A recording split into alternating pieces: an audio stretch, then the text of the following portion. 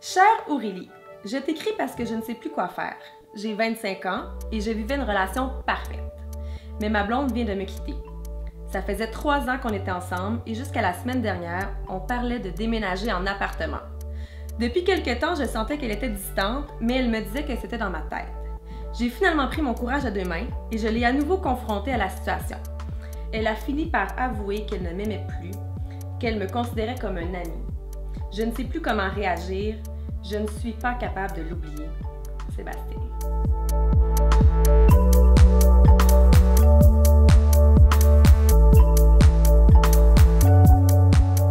Ah, les ruptures.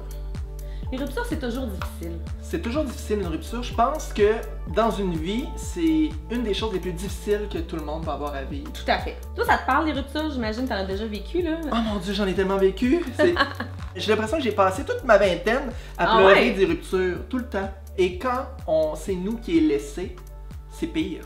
Parce que là, on se met à imaginer, qu'est-ce que j'aurais pu faire pour pas que ça arrive? Est-ce que j'aurais dû lui dire je t'aime à ce moment-là? Ou est-ce que j'aurais dû lui donner un plus gros cadeau à Saint-Valentin? Mais si quelqu'un nous aime plus, il n'y a pas grand-chose à faire. Puis toi, Antoine, c'est ça, j'imagine que tu te posais plein de questions parce que c'est facile de se remettre en question. Quand tu as vécu des ruptures amoureuses, tu te remets en question, c'est clair. Là. Ouais. Moi, je suis quelqu'un de très romantique, passionné, mais excessivement rationnel.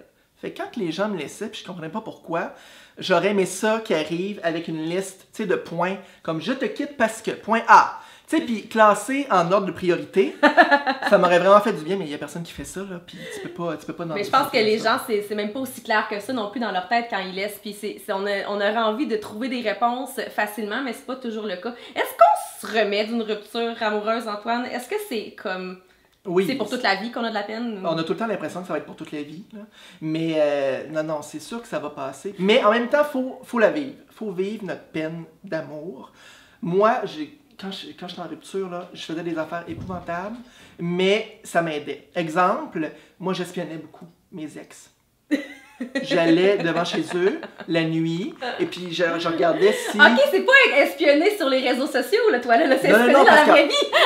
On parle de dans le temps, tu sais. Maintenant, ça serait réseaux sociaux, mais là, j'avais pas le choix. Ça existe plus dans la vraie vie maintenant d'aller espionner chez les maisons. C'est encore drôle. C'est encore drôle. C'est encore drôle. Mais tout ça pour dire que je suis contente de l'avoir fait parce que ça m'aidait. Parce que je regardais, puis là, à un moment donné, je réalisais que ça n'avait pas de bon sens ce que je faisais là. Ça m'aidait à passer à d'autres choses parce que j'étais dans l'action. Disons que je regarde ma relation, je me dis, ça, j'aurais peut-être dû faire ça, j'aurais peut-être pas dû le faire, puis essayer de mettre ça en pratique pour la prochaine.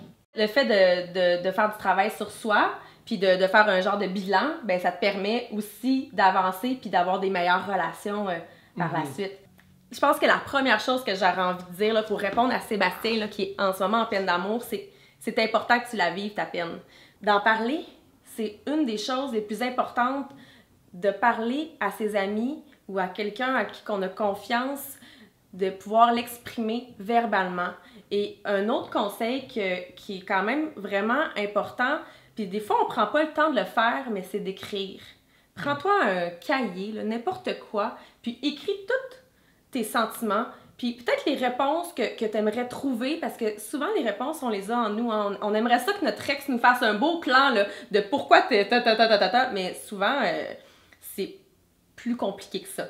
Donc, d'écrire, de verbaliser nos sentiments, puis ça nous aide à comprendre beaucoup de choses. Mais il y a une chose là que j'aimerais te dire, Antoine, parce que toi, je suis sûre que si tu étais célibataire en ce moment et en peine d'amour, tu ferais ça toi aussi. Qu'est-ce qu'on fait en 2016 lorsqu'on vit des peines d'amour et qu'il faut vraiment pas faire parce qu'on aimerait oublier notre ex très facilement? Je sais pas, boire beaucoup d'alcool. Ben, boire beaucoup d'alcool, ça peut t'aider, mais c'est le lendemain, tu te réveilles puis t'es pas mieux du tout. En fait, on est en 2016. En 2016, nous avons beaucoup de réseaux sociaux autour de nous. Et ça, les réseaux sociaux, c'est pas fait pour oublier un ex, hein? Non. Tu le comprendras. Donc, le premier conseil là, que je peux dire, là, c'est masque ton ex sur les réseaux sociaux. Bloque-le ou non, mais masque-le. Faut plus que tu le vois. Faut plus que tu le vois sur Facebook. Puis là, c'est sûr que dans les prochaines semaines, il va avoir beaucoup de fun. C'est sûr qu'il risque de sortir beaucoup, de faire le party, et t'as pas envie de voir ça. Non, non, non, non, non, non, tu ne veux pas voir ça. Donc, t'as pas envie d'avoir aussi une photo de Snapchat à 3 h du matin de lui qui fait le party, ça te tente pas.